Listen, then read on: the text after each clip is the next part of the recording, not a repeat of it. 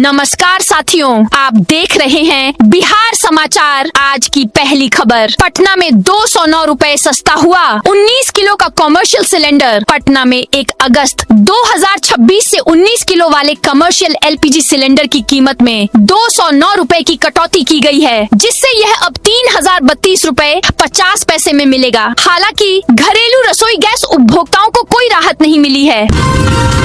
बिहार के इन 54 शहरों की बदलेगी सूरत। पटना और गया समेत बिहार के 54 शहरों में विकास योजनाओं को हरी झंडी मिली है। योजना एवं विकास विभाग ने वर्ष 2026 से 27 के लिए इन शहरों के विकास पर 968 करोड़ खर्च करने की स्वीकृति दी है। विभाग के स्थानीय क्षेत्र विकास अभिकरण के तहत मुख्यमंत्री क्षेत्र विकास योजना अंतर्गत इन योजनाओं का कार्यान्वयन किया जाएगा।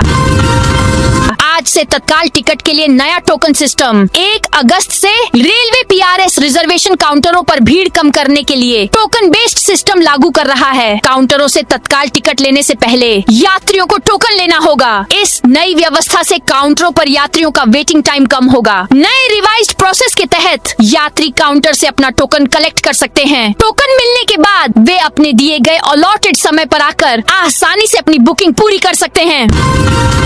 जम्मू कश्मीर के कुलगाम में पहलगाम जैसा हमला, आतंकियों ने ईंट भट्टा मजदूरों के नाम पूछे, 2 हिंदुओं को अलग करके गोली मारी। दक्षिण कश्मीर के कुलगाम में शुक्रवार रात करीब 8:30 बजे पहलगाम जैसा हमला हुआ। आतंकवादियों ने ईंट भट्टे पर काम कर रहे 2 हिंदू मजदूरों को नाम पूछकर गोली मार दी। दोनों मृतक छत्तीसगढ़ के रहने वाले थे। हमले में एक मजदूर की मौके पर ही मौत हो गई। दूसरे ने शनिवार सुबह श्रीनगर के Sher e Kashmir institute of medical science में इलाज के दौरान दम तोड़ दिया। घटना के समय वहां कई प्रवासी मजदूर थे, लेकिन सिर्फ यही दोनों हिंदू थे। इस हमले के बाद घटनास्थल के चारों तरफ करीब 2 किलोमीटर का इलाका सील कर दिया गया है। आतंकियों की तलाश की जा रही है।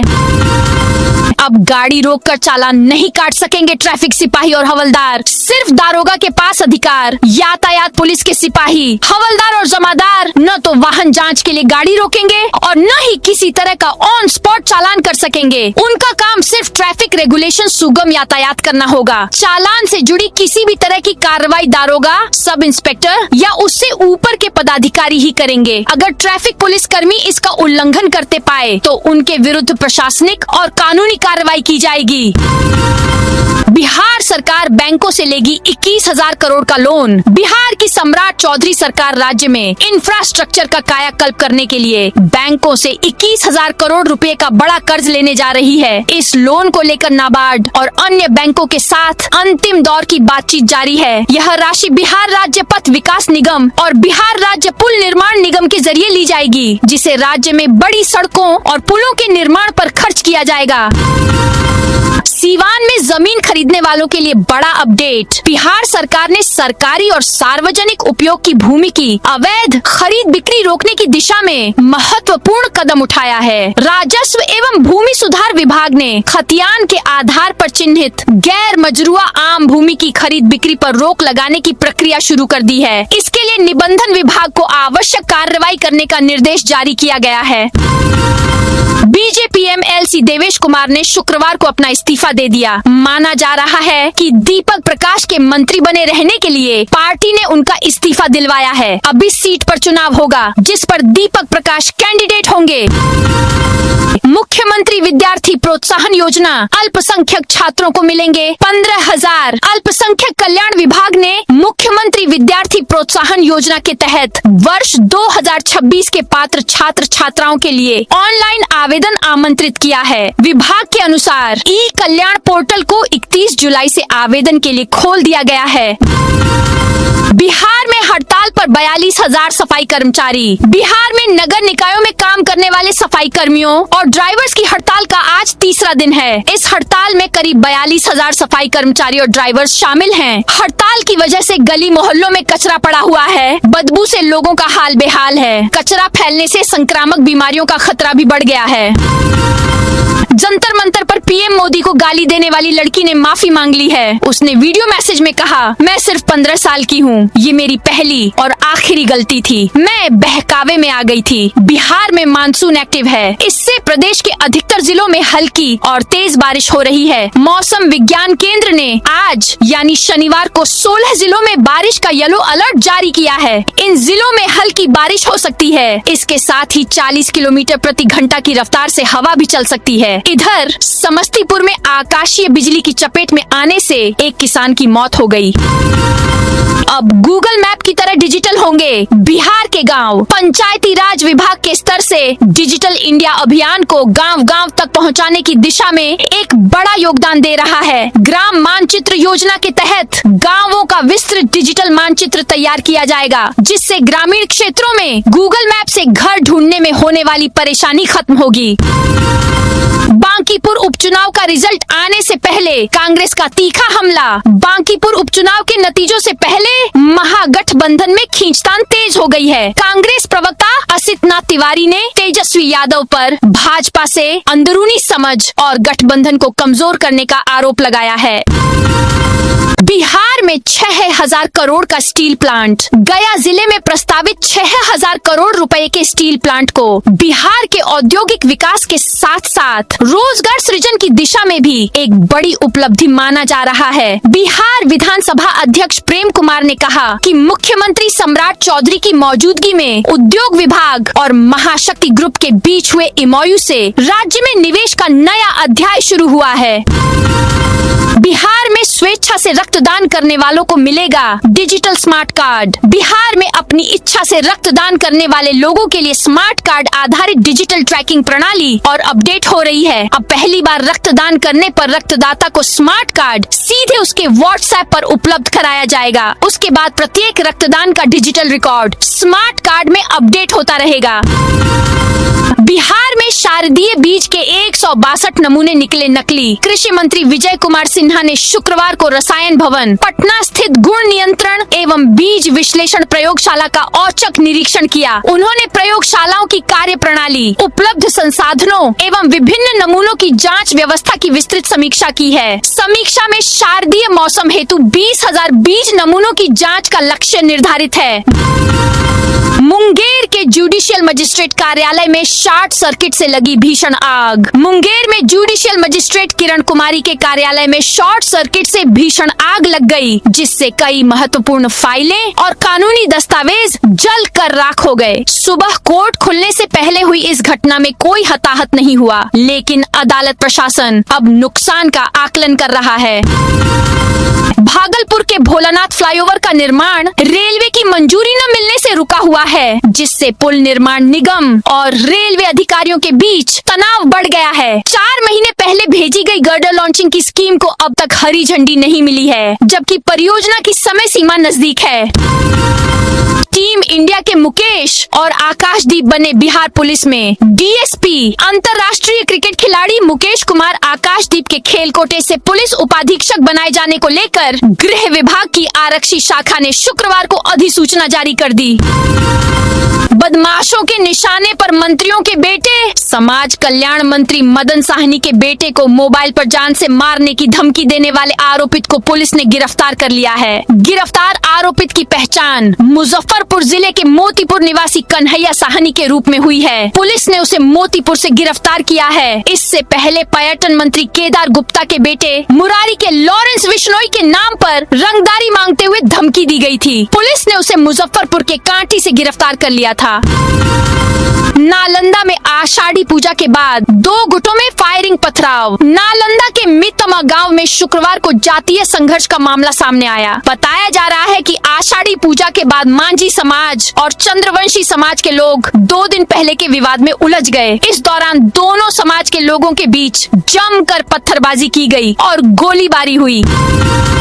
पीएम सूर्य घर योजना के लंबित आवेदन 7 दिन में निपटाएं। अररिया में जिलाधिकारी विनोद दुहन ने प्रधानमंत्री सूर्य घर मुफ्त बिजली योजना और उद्योग विभाग से संबंधित बैंक कार्यों की साप्ताहिक समीक्षा की। इस दौरान उन्होंने बैंक प्रतिनिधियों को निर्देश दिया कि पीएम सूर्य घर योजना के तहत लंबित सभी अर्ण आवेदनों का निपटारा 7 दिनों के भीतर सुनिश्चित किया जाए। बिहार को मिलेंगे 7 नए बाईपास, लंबी दूरी के लिए मिलेगा वैकल्पिक रूट। बिहार में कई सड़क परियोजनाओं पर काम किए जा रहे हैं। जिलों के बीच कनेक्टिविटी मजबूत की जा रही है। ऐसे में राज्य में NH पर बेहतर आवागमन सुविधा सहित शहरों को जाम की झंझट से राहत दिलाने के लिए खास प्लानिंग की गई है। राज्य में 7 नए बाईपास बनाए जाएंगे और इस पर निर्माण कार्य इसी साल के अंत तक शुरू होने की संभावना है। सहरसा में सिंचाई विभाग की जमीन से अतिक्रमण हटाया। सहरसा जिले के कहरा प्रखंड की बरियाही पंचायत के वार्ड संख्या 10 में शुक्रवार को प्रशासन ने सिंचाई विभाग की भूमि पर से अतिक्रमण हटा दिया। इस अभियान के दौरान JCB की मदद से फूस और ईंट से बने कई मकानों को ध्वस्त कर दिया गया। यह कार्रवाई कहरा अंचलाधिकारी निरंजन कुमार मिश्रा के नेतृत्व में की गई। पितृपक्ष मेला गयाजी स्टेशन पर श्रद्धालुओं को मिलेंगी हाईटेक व्यवस्था। विश्व प्रसिद्ध पितृपक्ष मेला 2026 की तैयारियां तेज हो गई हैं। इस साल मेला 25 सितंबर से 10 अक्टूबर तक आयोजित होगा। मेले में देश और विदेश से लाखों श्रद्धालु गयाजी आते हैं। श्रद्धालुओं की बड़ी संख्या ट्रेन के जरिए ही गया पहुंचती है। नेपाल में हिंसा के बाद बॉर्डर पर हाई अलर्ट। नेपाल के सुनसरी में 2 समुदायों के बीच हुई हिंसक झड़प के बाद जनकपुर, सिरहा और गोल बाजार सहित कई शहरों में कर्फ्यू लागू कर दिया गया है। इन ताजा हालातों के मद्देनजर भारत नेपाल सीमा पर सुरक्षा व्यवस्था कड़ी कर दी गई है। चेहल्लुम पर बिना अनुमति जुलूस नहीं, डीजे पर रहेगा प्रतिबंध। औरंगाबाद के कलेक्ट्रेट में शुक्रवार को चेहल्लुम के शांतिपूर्ण आयोजन को लेकर DM अभिलाषा शर्मा और ASP उपेंद्र नाथ वर्मा की संयुक्त अध्यक्षता में बैठक हुई। बैठक में प्रतिनियुक्त दंडाधिकारियों, पुलिस पदाधिकारियों और संबंधित विभागों के अधिकारियों की मौजूदगी रही। मुजफ्फरपुर मरीन ड्राइव पर अवैध बोटिंग, 100 रुपए तक वसूली। मुजफ्फरपुर के चर्चित मरीन ड्राइव पर इन दिनों अवैध तरीके से बोट संचालन का मामला सामने आया है। आरोप है कि शाम होते ही बिना नगर निगम या संबंधित प्राधिकरण की अनुमति के निजी नावें चलाई जा रही हैं। इस दौरान सुरक्षा मानकों की घोर अनदेखी की जा रही है। सहरसा स्टेशन पर 90 बोतल प्रतिबंधित कफ सिरप बरामद। रेलवे सुरक्षा बल ने सहरसा रेलवे स्टेशन पर शुक्रवार को एक यात्री ट्रेन के जनरल कोच से 90 बोतल प्रतिबंधित कोडीन युक्त कफ सिरप बरामद की। यह खेप लावारिस अवस्था में मिली, जिसकी अनुमानित कीमत 16,020 रुपए बताई गई है। RPF ने आगे की कानूनी कार्रवाई के लिए मामले को मद्य निषेध थाना सहरसा को सौंप दिया है।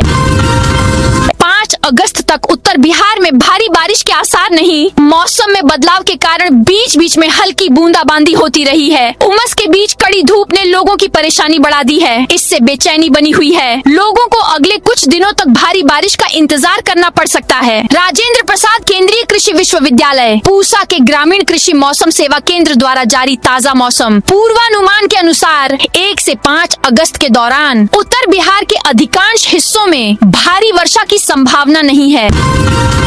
पहली बार होगा वैज्ञानिक खनन सरकार को सालाना 25 करोड़ मिलने का अनुमान। बांका जिले के लिए खनन क्षेत्र में एक नया अध्याय शुरू होने जा रहा है। शंभूगंज प्रखंड स्थित खोजरी पहाड़ी में पहली बार वैज्ञानिक तरीके से पत्थर का खनन कराया जाएगा। राज्य सरकार की योजना के अनुसार इस परियोजना से हर वर्ष लगभग 22 से 25 करोड़ रुपए का राजस्व मिलने का अनुमान है। नालंदा विश्वविद्यालय ने रचा नया इतिहास। प्राचीन ज्ञान और शिक्षा के वैश्विक केंद्र रहे नालंदा विश्वविद्यालय ने अपने नवजागरण के बाद शैक्षणिक क्षेत्र में एक नया और ऐतिहासिक मुकाम हासिल किया है। अंतर्राष्ट्रीय ख्याति प्राप्त इस विश्वविद्यालय के लिए यह एक बेहद महत्वपूर्ण और गर्व का क्षण है, क्योंकि यहाँ अध्ययनरत विद्यार्थियों की कुल संख्या ने पहली बार 1000 का आंकड़ा पार कर लिया है। कुलपति प्रोफेसर सचिन चतुर्वेदी ने इस बड़ी उपलब्धि की जानकारी साझा करते हुए इसे संस्थान की प्रगति में एक बड़ा मील का पत्थर बताया है। NHRC ने किशनगंज डंपिंग यार्ड प्रदूषण पर लिया संज्ञान। किशनगंज के मोतीबाग स्थित डंपिंग यार्ड से फैल रहे प्रदूषण और उसके जनस्वास्थ्य पर पड़ रहे प्रभाव को लेकर राष्ट्रीय मानवाधिकार आयोग ने संज्ञान लिया है। आयोग ने राष्ट्रीय RTI एवं मानवाधिकार कार्यकर्ता मोहम्मद अंसार खान की शिकायत पर बिहार राज्य प्रदूषण नियंत्रण बोर्ड को नोटिस जारी किया है। YouTube यूट्यूबर बनने की मन्नत, स्केटिंग से देवघर निकले 3 युवक। जमुई जिले के 3 युवा सावन महीने में बाबा बैद्यनाथ धाम की अनोखी कांवड़ यात्रा कर रहे हैं। ये युवा सुल्तानगंज से देवघर तक 105 किलोमीटर का सफर स्केटिंग करते हुए पूरा करने का संकल्प लेकर निकले हैं। उनकी यह यात्रा लाखों श्रद्धालुओं के बीच आकर्षण का केंद्र बनी हुई है। बिहार शरीफ में सड़क पर कूड़े कचरे की लगी ढेर। बिहार शरीफ नगर निगम क्षेत्र में गुरुवार से शुरू हुई सफाई कर्मियों की अनिश्चितकालीन हड़ताल के तीसरे दिन शहर की सफाई व्यवस्था पूरी तरह से ठप हो गई है। Bihar local bodies employees federation और बिहार राज्य स्थानीय निकाय कर्मचारी महासंघ संयुक्त संघर्ष मोर्चा के राज्यव्यापी आह्वान पर लगभग 1300 सफाई कर्मी निगम के मुख्य द्वार पर विशाल धरना दे रहे हैं। दरभंगा से कनाडा गया 7 टन फ्लेवर्ड मखाना। पहली बार दरभंगा से 7 मीट्रिक टन फ्लेवर्ड मखाना कनाडा गया। सीएम सम्राट चौधरी ने इसे लोकल से ग्लोबल होने की दिशा में बिहार का एक और मजबूत कदम बताया। कहा, बिहार की समृद्धि अब वैश्विक बाजारों तक अपनी पहचान बना रही है। आर्यभट्ट विश्वविद्यालय घोटालों की जांच के लिए कमेटी बनी। आर्यभट्ट नॉलेज विश्वविद्यालय में सामने आए परीक्षा प्रश्न पत्र लीक, वित्तीय अनियमितता व कथित अवैध नियुक्तियों के मामलों पर राज्यपाल ने बड़ा कदम उठाया है। राजभवन ने इन मामलों की जांच के लिए 4 सदस्यीय हाई पावर कमेटी बनाई है। समिति को 15 दिनों के भीतर अपनी रिपोर्ट राजभवन को सौंपनी होगी। जांच 1344 पन्नों के दस्तावेजों और शिकायतों के आधार पर होगी। रिपोर्ट के आधार पर आगे की कार्रवाई तय की जाएगी। पटना जंक्शन से करीब 15 किलोमीटर दूर गया लाइन पर स्थित जट्टडुमरी अब हॉल्ट से जंक्शन बन गया है। नवंबर से जट्टडुमरी जंक्शन से एक्सप्रेस ट्रेनों का परिचालन होगा। यहाँ से पूरब, पश्चिम और दक्षिण, बक्सर, गया और नवादा के लिए सीधी ट्रेन सेवा मिलेगी। एक्सप्रेस ट्रेनों के ठहराव के साथ साथ शुरुआती चरण में इन तीनों रूटों के लिए 3 जोड़ी नई पैसेंजर ट्रेनें भी चलेंगी। इससे परसा, पुनपुन, मसौड़ी और आसपास के ग्रामीण इलाकों की 4 लाख से अधिक आबादी को सुविधा होगी। दानापुर स्कूल में कीड़े वाले चावल पर हंगामा। दानापुर प्रखंड के राजकीय मध्य विद्यालय रघुनाथ टोला दाऊदपुर में शुक्रवार को मध्याह्न भोजन की गुणवत्ता को लेकर अभिभावकों और स्थानीय जनप्रतिनिधियों ने जमकर हंगामा किया। बच्चों की शिकायत के बाद विद्यालय के सचिव और अन्य जनप्रतिनिधियों ने भोजन व्यवस्था पर गंभीर नाराजगी व्यक्त की।